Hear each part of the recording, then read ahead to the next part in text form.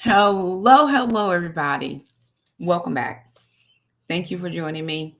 I am excited. Today is probably one of my most favorite days of the year. And for those of you who do not know me, my name is Shakema Wilson. I'm a pastor. I have a ministry called First Love Ministries with Shakema Wilson. And it's a ladies' ministry. The Lord established that ministry in 2014, was the very beginning. And we started with a group called Daughters of Grace. And we progressed and added on other arms of that ministry. Daughters of Grace were my ladies in their 60s. I had a lot of seasoned saints that would come and listen to me each week, teach and preach and talk and share. And I asked the Lord, I said, what do you want me to tell these ladies that are twice my age? I was in my 30s when I started First Love Ministries with Shakema Wilson. And the Lord said, I want you to tell them that they have value. And I said, okay, God, I absolutely will tell them that. As we progressed along in 2020, the Lord gave me a ministry arm called Titus 2 Women. He said, and likewise, the older women shall teach the younger women to be of sober mind, to be good women, good wives, and good mothers. And I said, oh, wow. Okay, God, do you want me to start that? And he said, I do. And he said to me in that instance, he said, I don't want you to invite anybody that you know. He said, none of your friends, none of your family can be a part of this ministry. I want you to put it out into your YouTube community, because back then I just had YouTube. I had just started doing a little bit more on Instagram, and I had Facebook. He said, I just want you to put it out to your YouTube community. So we put it out to the YouTube community, and 100 women responded. 88 women responded after the second email, and 68 of those women showed up to our very first meeting, the first Saturday in June 2020. Since then, over the last 4.5 years, we've had women come, we've had women go. The Lord told me, he said, Shakema, your ministry will be a revolving door. Many women will come, many women will go. They'll come in, they'll take what they need, and they'll get what they need, and they'll take it back out into their sphere of influence. And I had that word before Titus 2 Women started. The Lord had given me that word before I even started First Love Ministries. And I was like, okay, God, very good. Well, is this our second or third time? I think 3 years ago, my ministry is very central. It's centralized to women, but it's not just about women. It's for women. In regards to them being women, in regards to them being wives and being mothers. So I have I was thinking about this today earlier, especially since I've been posting a lot of decluttered content. I do a lot of mommy stuff. I do a lot of budgets. I do a lot of home. And someone asked me, they said, Shakema, tell me a little bit about your ministry. And I said, I have what I consider a ministry of the home. I am concerned with everything that goes on in my house, from my children, my husband, when the Lord sends him, ministry, meals, cleaning, budgets, all the things that surround the home. And the woman is a very big part of that, or she was designed to be a big part of that. And so about 3 years ago, I don't know what I was doing or what prompted this. And for those of you that are joining me, thank you so much. Would you type your name in the chat? Let me know who's here, like the video, do all of that, thumbs it up, do the hearts and all that. That just helps us to get out into the algorithm so other people can know that we are here. And I'm, again, not sure what all I was doing at the time, but I very specifically heard the Lord say to me, the Love Dare. And so for this is my 3rd January that I will be going through 40 days of love. Now, let me show you what the book looks like. This is my book. This is a leather-bound copy. One of my lovely YouTube subscribers sent me this in the mail. I'm so excited. But I have a paperback copy that I got from Amazon that I had been using. I did not need to buy a new book. I was just using it. But it is a dare. This is a 40-day love challenge for those that might be love challenged. Hey, Amy, For those of you who might be married and your marriage is challenged. For those of you who are thinking about getting married, you've already asked somebody to be your person from death, from now till death do you part. But a lot of people don't really mean that.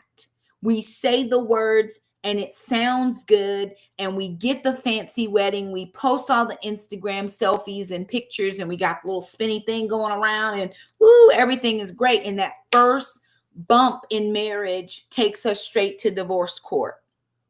And because I know that the Lord has given me a ministry to women with a very strong focus on being a woman, being a wife, and being a mother, marriage is important to me.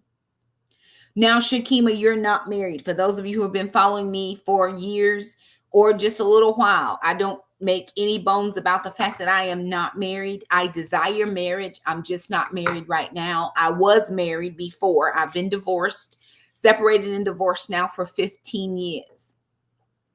In that 15 years, I have had interest in men, but men have only had interest in one thing where I was concerned, because they did not consider me a good match. First of all, because I had children and they didn't want to take care of anybody else's children. Well, the odds of any man and any woman finding their significant person that doesn't have children, especially later in life, are slim. I'm not saying it's impossible. It's slim. And then I had men who wanted to do things with me that I feel like should only be done with a husband. And so because I was not willing to sacrifice myself for their $100 meal, because if you buy me $100 meal, there's something out there in the atmosphere that says if you go out after 7 o'clock, they expect something. So you're going to have to meet me at 7 a.m. and I'll meet you for coffee, because if I got to go out at 7 p.m. and then do something for this meal, I may as well stay home, because I'm just not going to give myself to any and everybody. And so the Lord has given me a heart for marriage. He's given me a heart for other people's marriages. He's given me a heart to sow in knowledge where I didn't have the knowledge when I was married. Now, again, people will say, well, Shakema, you're not married. And I'm not going to listen to somebody that's divorced tell me about marriage. I would be cautious in that, because I am divorced. I know the things I shouldn't have done. I didn't know them when I was married, because I didn't have a mom to teach me. My mother was not married ever. My grandparents were married, but they argued every day for 50 years. And so I knew a lot of contention. I knew a lot of stress. I knew a lot of strain. I knew my grandfather loved my grandmother. My grandmother loved my grandfather, but it was all of this just every single day of your life. And what I didn't know when I got married was that wasn't normal to me, because I grew up that way. That was normal. And when I married a man who wouldn't argue with me, I thought something was wrong with him. And just to say this, and I hope I'm not going to get myself into any trouble, but you have to understand the mind of somebody who didn't know a lot of things then, because he was not physical with me, because he didn't go upside my head. I thought something was really wrong with him. But that's what I grew up in. That's what I knew to be normal. It took me going through a process of renewal. It took me cleansing my mind. It took me finding Jesus, first of all. It took him to take me through a process, and it took me losing my marriage to realize that I didn't know a lot about being married, even though I was married. And so I never wanted anybody to go through those problems if I could help some type of a way. So I get it. If I'm not for you, that's why I'm not for everybody. Everybody doesn't want to hear what I have to say. I believe in traditional marriage. I believe in the woman in the home, the husband at work, even though I work.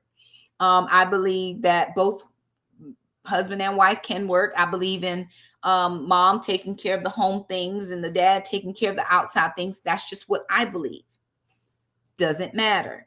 What does the word say about marriage? That's what matters. And I have had over the years women say to me, Shakema, you've helped me with my marriage. Or I went back to my husband and I apologize because of something you said to me or something that we talked about in group. Now, here's the thing. I don't go around bashing other people's husbands. I actually don't want to know what your husband did to you. If anybody watching this is being hurt or is in any imminent danger, please stop watching this video. Go to your nearest hospital, fire department, or police station and get the help you need. I'm not telling anybody to stay in anything that is harmful. But I am telling us that some of us give up way too soon and way too early. And some of us enter way too soon and way too early. I don't know anything about this man except he looked good. Very good. Does he provide good? Do you know anything about his relationships at home? Do you know anything about how he deals with family? How does he argue? Does he argue? Do you know anything about how he deals with finances? Do you deal with finances? So we jump right, he cute, she cute, we jump right in, we get married, and then what do I do with this person? So what I'm doing, because I believe that the Lord has given me a gifting to do it, it's my calling, is to help marriages. It's to help people stay married. It's to help us strengthen marriages. And that's just my calling. That's my small percentage of what God is asking me to do. Again, I'm not for everybody. I am for some, and that's perfectly fine.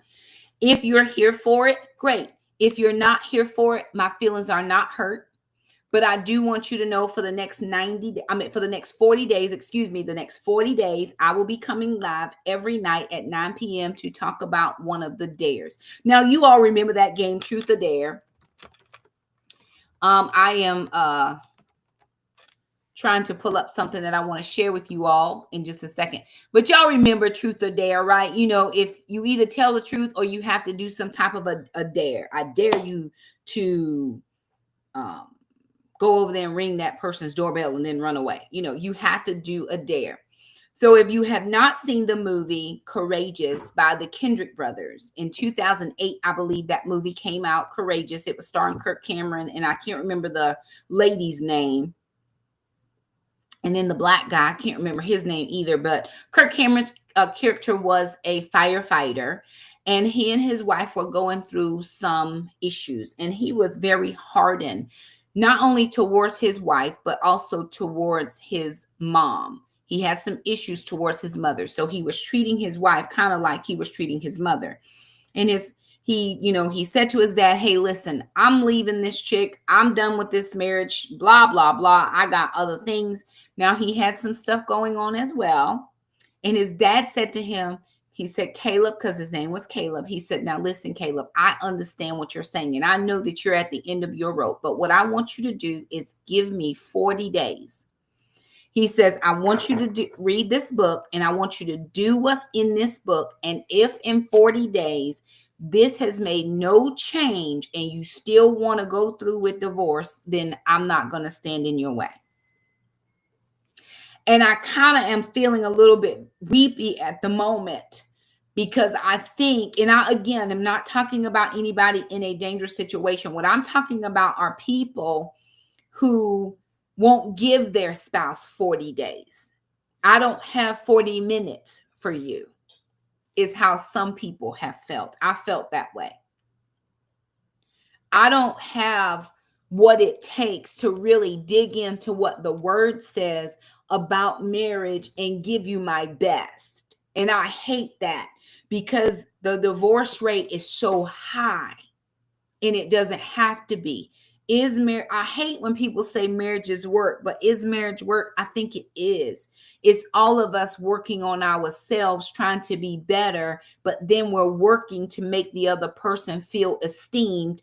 And it's not just me making him feel esteemed, but him making me feel esteemed. So it's us working together towards each other to make each other feel the best that we can. And marriage just works. But does that take work? Absolutely.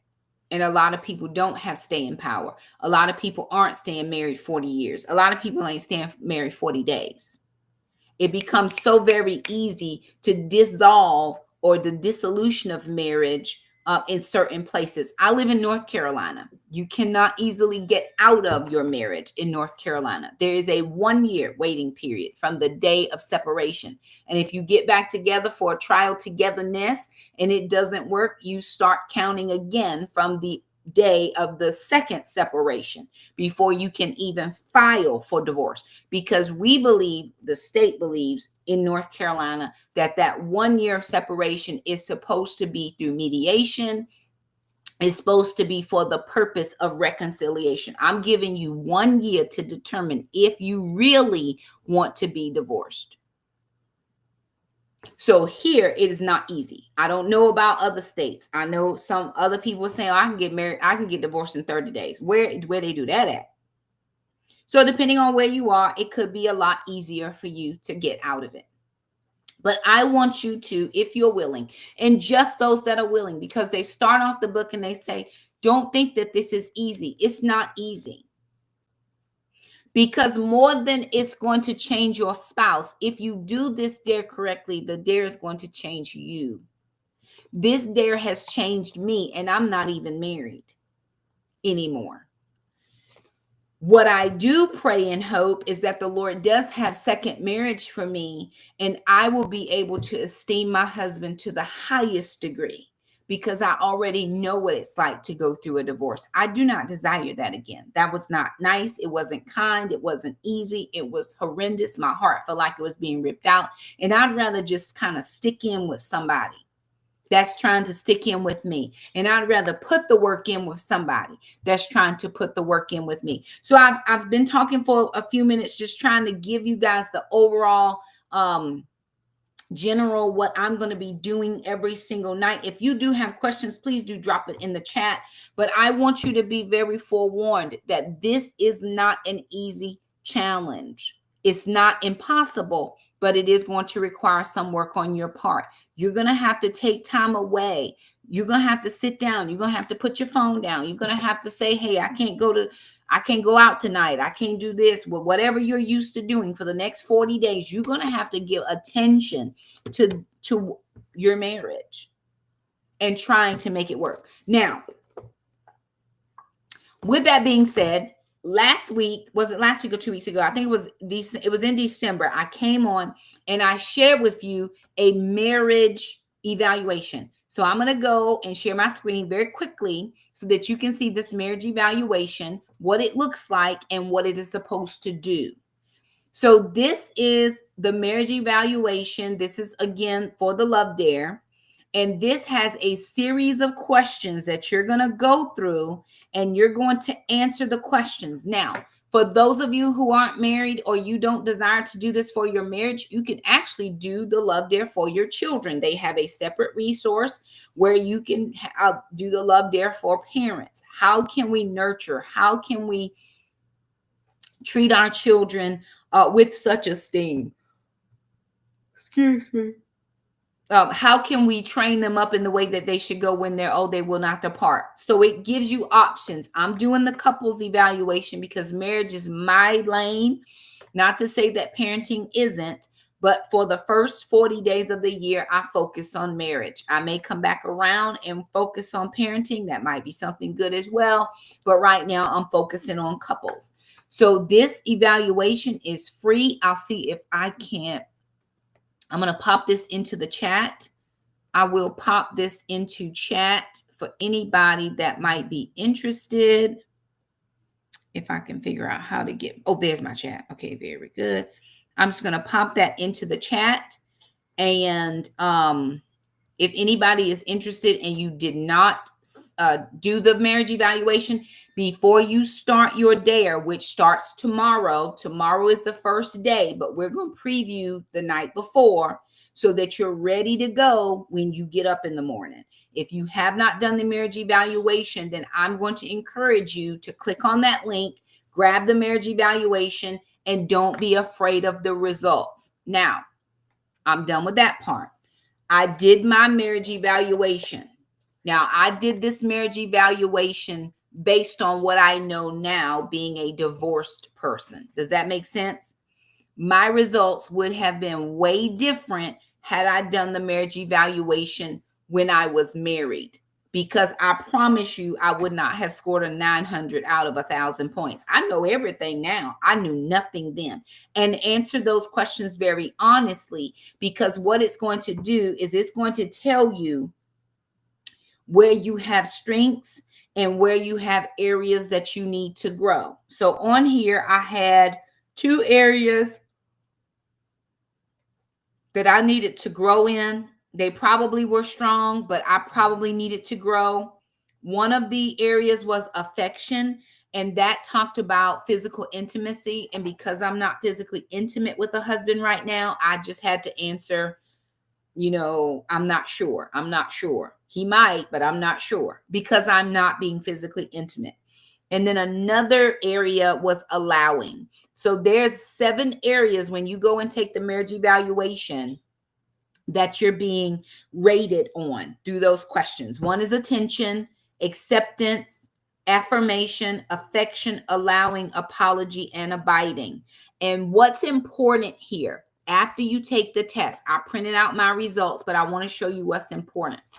So if I look at my results, right, it gives me a little chart, tells me what my results are. Now, again, 900 out of 1,000 points is coming from the perspective, I've already been divorced, so I know what to not do. I know what I've prayed over the 15 years that God would help me become, right? So I'm coming from that perspective. But what it does is it gives you your score for that particular attention, right? So I have this score. Then it also tells me which days in the 40 days is an attention day. So days 3, 4, 18, 30, and 31 are attention days. It also gives me some verses for those particular days that would help me to navigate that day, if that makes any sense. So I printed out my results because I wanted to be able to write in my book, which I'm saying it's going to take some time. So I went into my book and I wrote out for every single day what that was. Today is tomorrow's day 1. Day 1 is an acceptance day. I wrote down all of my scriptures. I wrote down some notes. I have some sticky things in here where I want to, make, I want to come back and highlight some things, or I want to read something, or I want to, there's something special about this sticky note here. I need to focus more attention on that. So what I did was made sure I put all of my scripture verses and what type of day this is. Tomorrow is day 1 of the dare. It is an acceptance day. Tomorrow talks about your love and patience. Most of us don't have patience. Then it also, and it breaks down those days. So days 1, 6, 10, 17, 27, 37, and 39, those are acceptance days, right? And then it breaks down those days and then the scriptures. So I think that's important to write down, write in. Maybe you may not, but I do. Okay. So anywho, that's just kind of the overview of the dare, if that makes any sense. I just kind of wanted to hit that really quickly because some of you, I'm sure, are joining me for the very first time. If this is your first time joining me for the dare, would you just put first time in the chat just so I'll know? And I think in your book somewhere, you might want to write in, what's your why? Why are you doing this? Why are you doing the dare? Just because I'm out here doing it with you, that's not a good enough. Hey, now, how are you? Good to see you. That's not a good enough reason to do it just because you want to hang out with me. This is way too important. This is for married people whose marriages are on the rocks. This is for married people who's married, they're happily married and you want to be more happily married. This is for those of us who aren't married, but we desire marriage. This is for those who are engaged and you want to be married very soon and you still want your marriage to last beyond the wedding. I have zero concern about your wedding or mine. I have zero concern about my wedding. I have more concern about my marriage. What am I willing to give? What am I willing to do? What am I willing to sacrifice? Am I willing to to die daily to myself, to my wants, to my needs in order to esteem my husband? Those are the questions that I have to ask if I want to stay married. What I have now in my singleness is the gift of choice. I get to pick who my husband is. When I got married before, I just picked whoever because he picked me. We picked each other. Bad choices. Now I get to look, I get to discern, I get to pray, I get to look over your life. You get to look over mine. You get to microscope. I'm on YouTube. I'm on Instagram. I'm on TikTok, and I'm on everything else. You get to look and say, oh, what is she doing? Right? I'm an open book. I'm out here. But now we have a choice. And so I'm thankful, even though I would have preferred to be married by now, I'm thankful that I know how to pick and choose now. All right, we're jumping in because I've been talking too long and I don't want to keep anybody long. Most of the nights won't go this long, but I just wanted to get that little bit of ahead. And I also did the Love Dare for Parents assessment as well, just in case. That also tells you different things. It gives you some information that is helpful. So the Kendrick brothers, Alex and Stephen Kendrick, wrote this book. They also had another co-author that helped them with the book.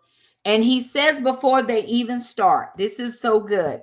He says, receive this as a warning. This 40-day journey cannot be taken lightly. It's a challenging and often difficult process, but an incredibly fulfilling one. To take this dare, requires a resolute mind and a steadfast determination. Resolute means purposeful, it's determined, and it's unwavering. In order to make it through the 40 days, you have to be unwavering in your desire to do all that you can do humanly possible to make your marriage work. Now, none of us can make another person do anything. So again, when I said, don't look for changes in your spouse, I meant that.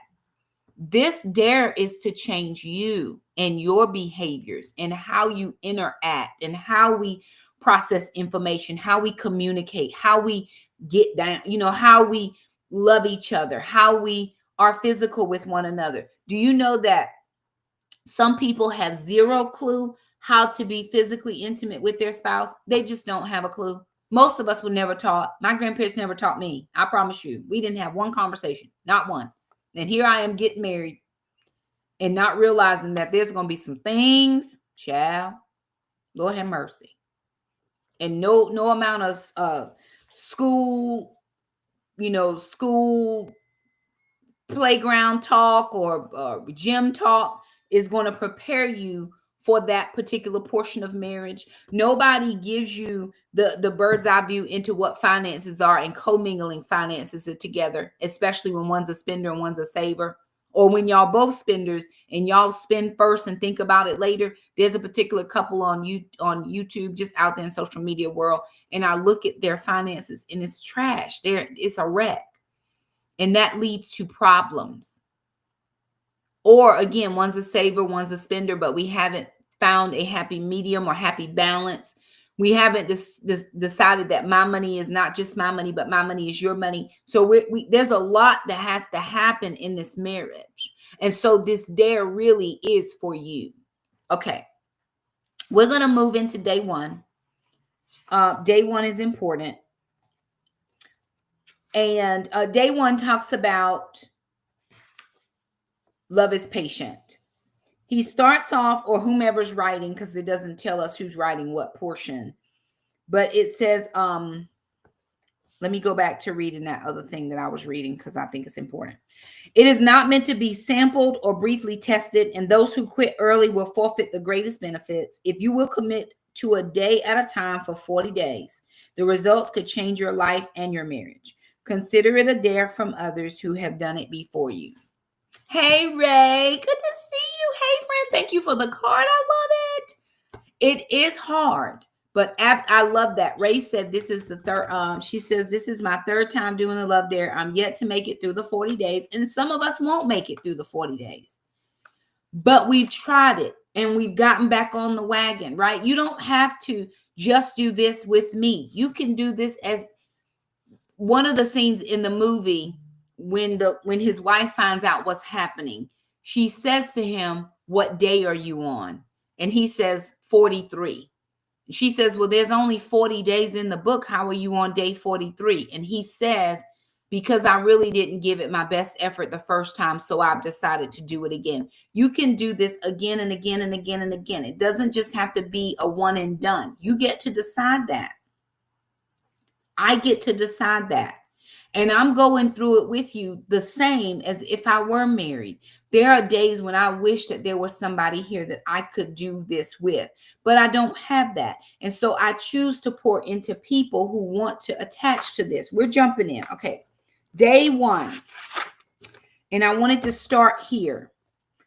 Few of us do patience very well, and none of us does it naturally. But wise men and women will pursue it as an essential ingredient for their marriage relationships. That's a good starting point to demonstrate love. Are you patient? 1 Corinthians chapter 13, 1 through 3, but then it starts at verse 4, and it says, "Love is patient, love is kind." Do you have patience? Most of us do not have patience. We're already working too many jobs. We got too many kids. We have too many baby mamas. We got too many problems. We got too many responsibilities. There's so much going on that I don't have any patience for anybody anytime ever. I'm uptight. I'm cranky. I haven't eaten well, so my diet is poor. Now my mind is foggy. I can't make a good decision. I am not patient. And if you get in my face, I'm going to let you know, hey, you're in my space. I don't have time for you, or whatever the case is. And we're like this, and we think, oh no, that's not me. Most of us are. It takes an effort, and it takes the Lord to really help us to be patient people.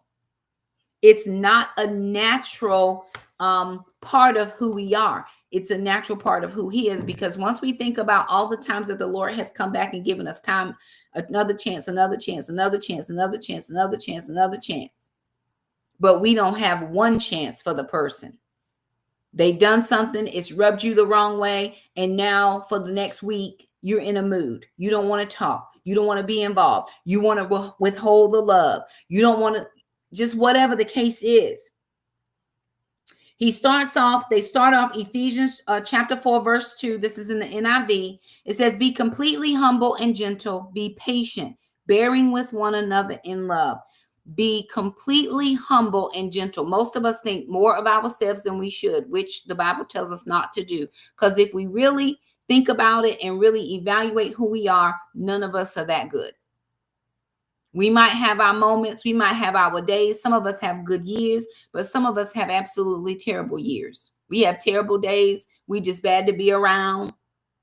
Our attitudes stink just like our behind. We don't even want to be.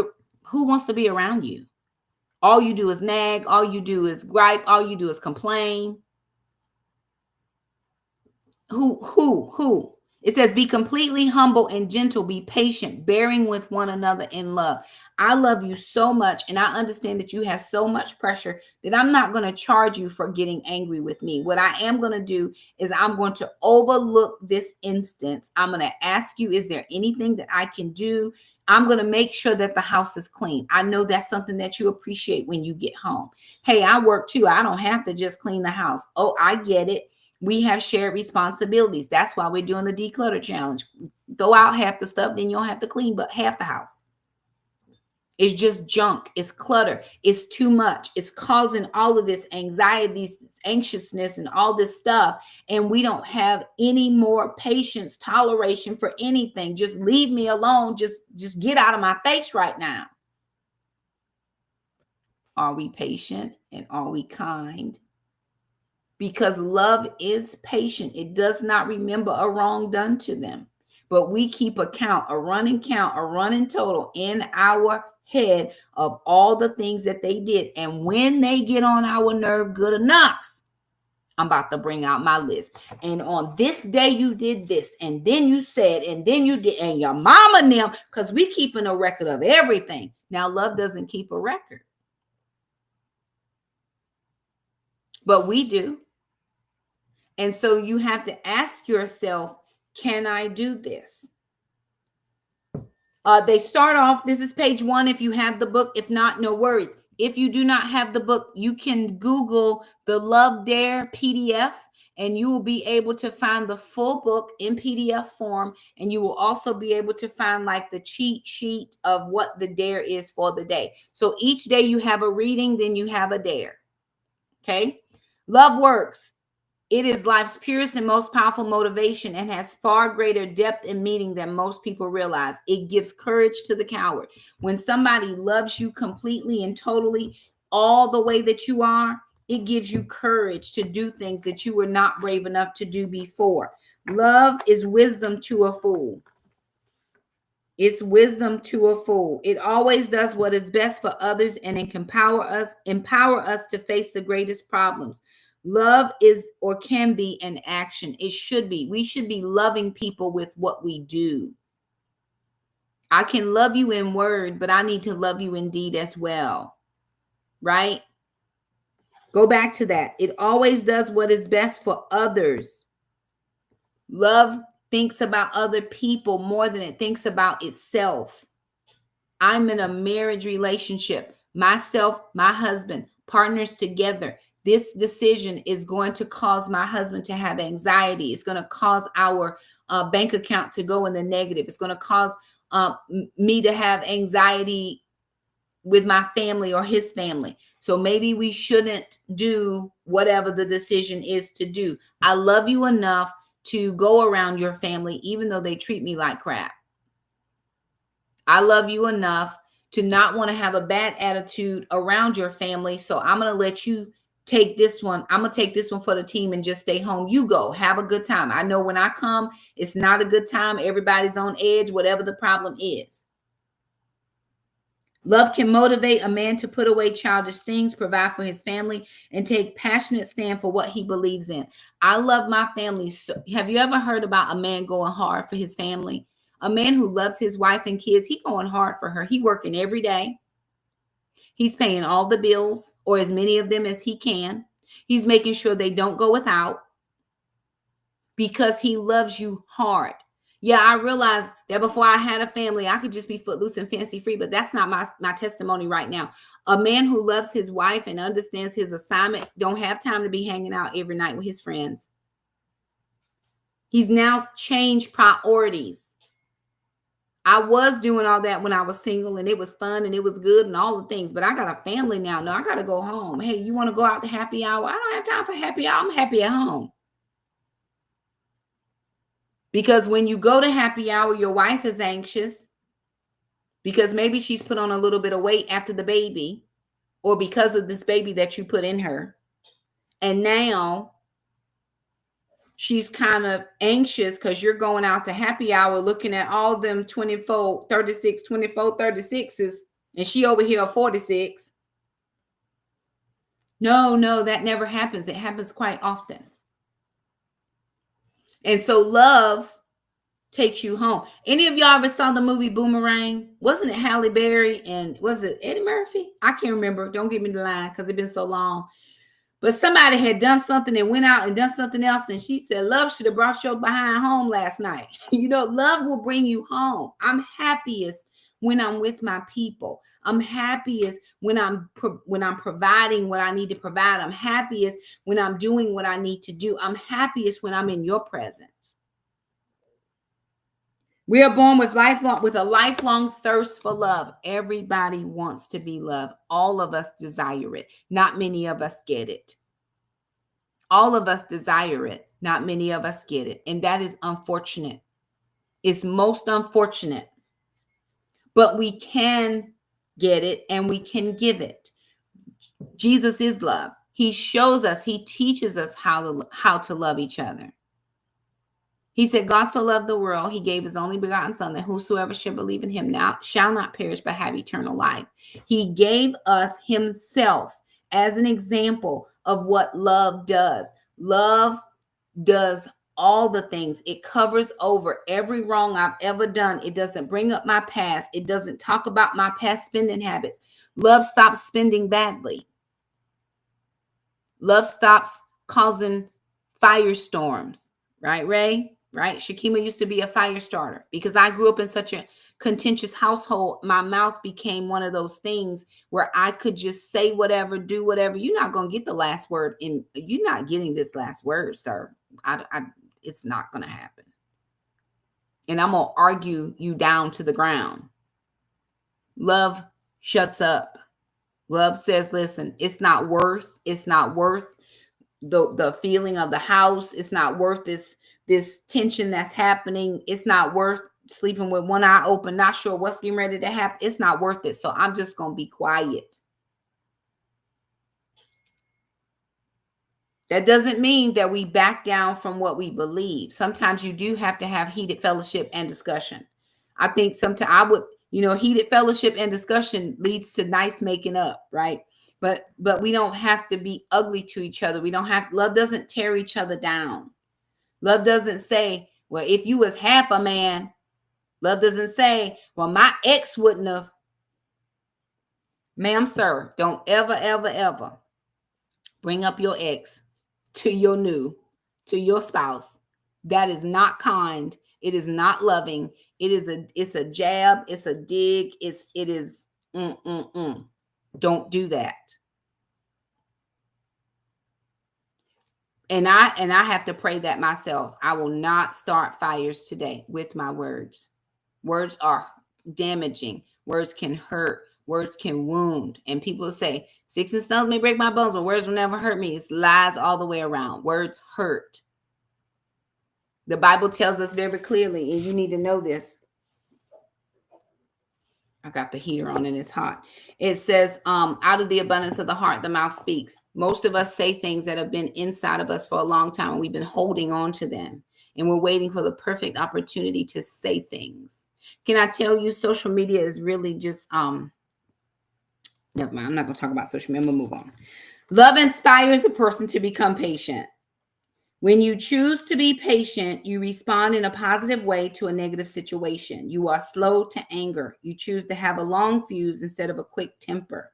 Rather than being restless and demanding, love helps you settle down and begin extending mercy to those around you.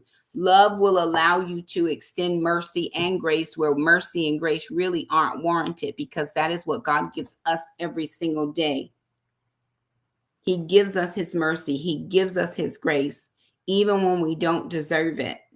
And so because he teaches us that through how he interacts with us, that's what we should do when we're interacting with other people. Do we not know this? And this is very true. Some of us treat other people better than we treat our spouse. Some of us don't treat our spouse like they're human at all, or we treat them like they are superhuman and they're supposed to be at our every beck and call. And when they are not, then we take offense and then we retaliate. Oh, my God, I felt that deep in my spirit. Listen to me.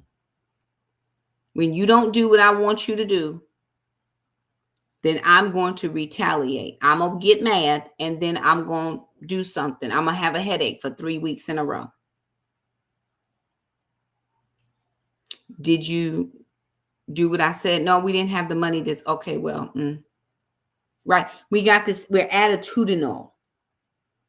And we feel very justified to have attitude because you didn't do what I wanted you to do to make me happy. Do you realize that it is not somebody else's job to make you happy? Let me just spend 1 minute right there. It is nobody else's job to make you happy. Can I be happy with a person? Yes. Do I desire happiness with my loved one? Yes. Do I want to be in a happy relationship? Yes. But the other person, it is not their responsibility to make you happy. You should be one whole person, happy or not, on your own. And you bring your happy and they bring their happy and y'all are happy together. Does that mean you're happy every day? Does that mean every day is roses and tulips and you tiptoeing through the wildflowers? Of course not. There are some days that are harder than others, but I'd much rather walk this difficult road with somebody that I love and that loves me to the point that they're going to give me their very best every single time. Every single time. Some of us treat our strangers, we treat our family, we treat everybody else better than we treat our spouse. Just walk all over them, men and women. But at the end of the day, you got to go home with that man or that woman. So if I were you, I would learn how to shift my affections from other people. If you go into Genesis chapter 2, verses 18 through 25, it talks about it talks about the man needing a wife. He leave your father and mother, cleave only unto your wife, right? That's what it talks about. It's my loose paraphrase. Go look it up. Some of us treat our mothers better than we treat our wives or our husbands. Typically, that's a man-woman relationship. That's a son-mother relationship. We treat our mothers better than we treat our wives. Or we feel like we're still, our mother is the primary person in our life, not our spouse. Wrong. Very wrong. Very wrong. Your affections have now changed once you marry somebody. And you now have to learn that person, their proclivities, the things they like, the things they don't like. And you have to say, is my going out 3 nights a week, even though my husband doesn't love that, is it worth the displeasure, the dishonor that it's going to cause him? Or should I just stay my behind at home? You got to ask yourself that. I'm going to move on. Patience, this is very good, and I think you should write this down. I'm on page 2. He says, patience stops problems in their track. More than biting your lip, more than clasping your hands over your mouth, patience takes a needed deep breath. It clears the air. It stops the foolishness from whipping its scorpion tail all over the room. Patience is a choice to control your emotions rather than allowing your emotions to control you. And it shows discretion instead of returning evil for evil. It brings an internal calm to an external storm. Patience says, hey, I need to take a breath here. Patience is what I call, I need 5. Give me 5. I need 5 minutes to go somewhere else. I'm going to be right back. I understand you're saying this and I need to process it. Give me a minute. It's my excuse me moment. I got to go to the bathroom. Hold your thought. I'm coming right back, but I got to go to the bathroom. Patience is that 5 minutes. I need to go calm myself down. I need to talk myself off the ledge. I'm in the mirror. Oh, no, he didn't just say what he said. Oh, no, we ain't going to pass by that like you ain't say what you just said. And I got to have this whole conversation in the mirror, in the bathroom by myself so I don't blow my stack at my spouse. And then I got to get it together. I got to woosah and then take myself back out there and listen. Please say what you said again. I want to understand. I got to take all of that emotion that I'm feeling right now because I'm about to let you know what it is because you don't know me. I'm from Brooklyn. I'm from here. You're not going to talk to me crazy. Sir, I don't know what your last one. See, love says, I want to hear you correctly. I want to make sure that I respond properly. Can you please tell me that one more time so that I can understand? Because I'm from the streets. If I take this earring out, you got one. Listen, let me tell you how it works at my house. This is a warning that nothing else you do from here is safe. If you approach me, there's going to be problems. So I'm going to need you to take 4 steps back and stop talking to me. Love keeps your earring in, y'all. I know I'm Southern and I'm from the South and I'm genteel and all that, but I really wasn't born here. You understand? Oh, it's rough. You out here like, oh, you and you want all of that to go at that person, but that's not the proper response. And when you're patient, it changes. Proverbs 14:29 says, he who is slow to anger has great understanding, but he who is quick-tempered exalts folly. It's probably the Bible's way of saying you a fool. Folly, foolishness. Fool. 14:29 Proverbs. He who is slow to anger has great understanding, but he who is quick-tempered exalts folly. You are foolish. Foolish. Remember when Lot's wife told him to curse God and die? He said, you must be a foolish woman. What is wrong with you?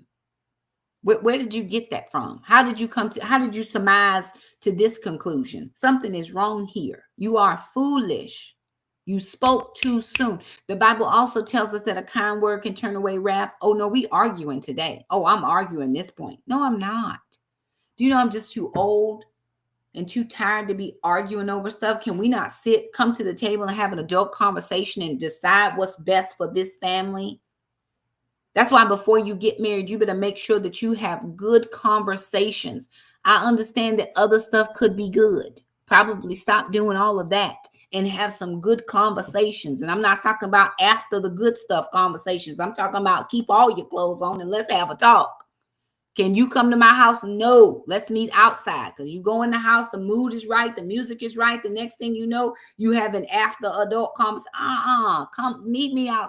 We need to talk a lot. You need to know what I got going on. I need to know what you got going on. How many kids, how many mamas, how many debt. You need all of that, because all of that is going to rear its ugly head when you get married. It's just waiting, because marriage is God's idea, and it's a good idea.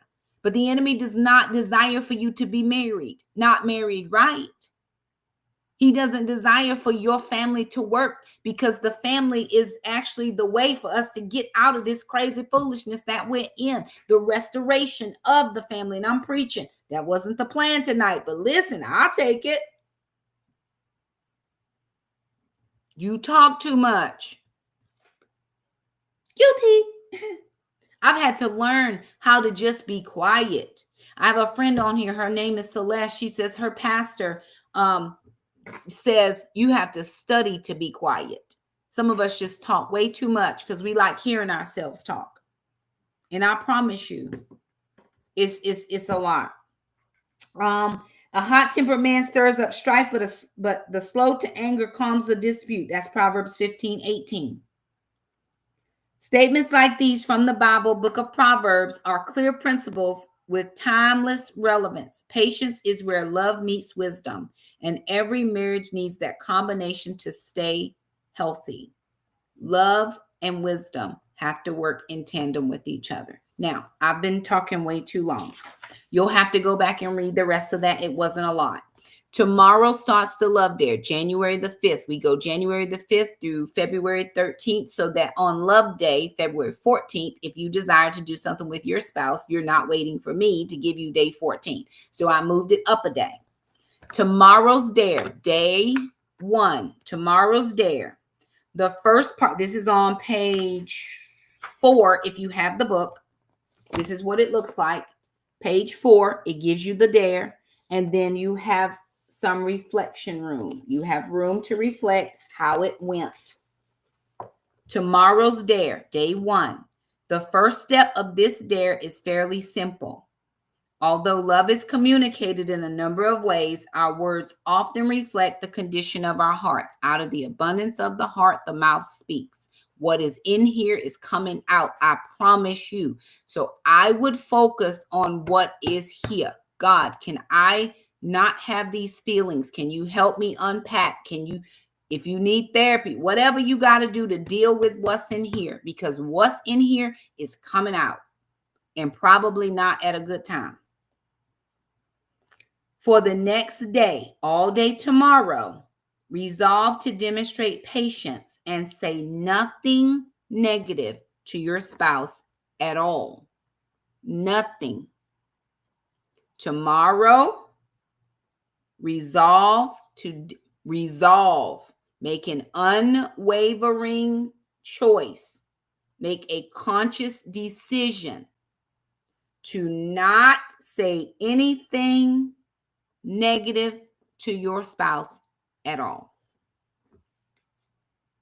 If the temptation arises, choose not to say anything. It's better to hold your tongue than say something you'll regret. Now, after you go through all day, you're going to check here once you complete it. So if you did the dare and you made it through, you give it a check mark. And then you have questions. Did anything happen today to cause anger towards your mate? Something might have happened, but we're going to write it down. We're going to evaluate it. We're just going to put it in our reflection. Were you tempted to think disapproving thoughts and let them come out in words? And then how did you handle it? So we're going to reflect here. Yeah, I was mad and he said this and I wanted to say this. Put it all in these words. Just don't let it come out your mouth. I think that's good. Ray put this in the chat. She said that this is the hardest part of the love dare for me, really looking at myself and not exactly loving what I see. Most of us don't, because we think that the dare is to put our spouse under the microscope. This is to put you under the microscope. Now, again, you can't force anybody to love you. You can't force your spouse to want to receive your dare, but you can do it. You can focus and choose to be the best version of you, regardless of what somebody else does. Because in here, he talks about what if your spouse doesn't want to participate? That's perfectly fine. It doesn't mean you can't do it still. There are some spouses who don't want to have anything to do with this. There's some spouses who are not believers. Some of us were married to unbelievers. That was your choice, but it's still important for you to make your marriage work. All righty, you guys, that's all I have for tonight. I will be back tomorrow night. I'm traveling in the morning to minister out of state, and then I'm turning right back around to come back. So I do have to work on my sermon for this evening, and we have to hit the road very early in the morning. So I do love you guys. I'm rooting for you. I'm rooting for your marriage. I'm rooting for my marriage, even though it has yet to manifest itself. But I'm looking at a card that I wrote on.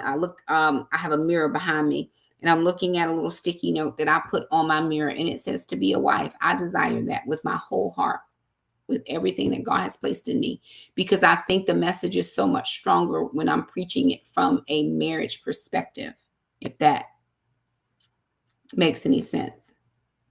But until that happens, I'm doing the best I can. But I'm rooting for you. I'm rooting for your heart to be changed. I'm rooting for your heart to be drawn towards the Lord. I'm rooting for your marriage to be what God has for it to be. Anywho, y'all, I'm going to go so I can prepare for tomorrow. Love y'all. Thank you so much for stopping by. Like this video. Share it if you feel like there's somebody who would benefit from the things that we're talked about here tonight. I'll be back tomorrow where we talk about or prep for day number 2. Thank you, guys. Oh, very good. Hey, Lex.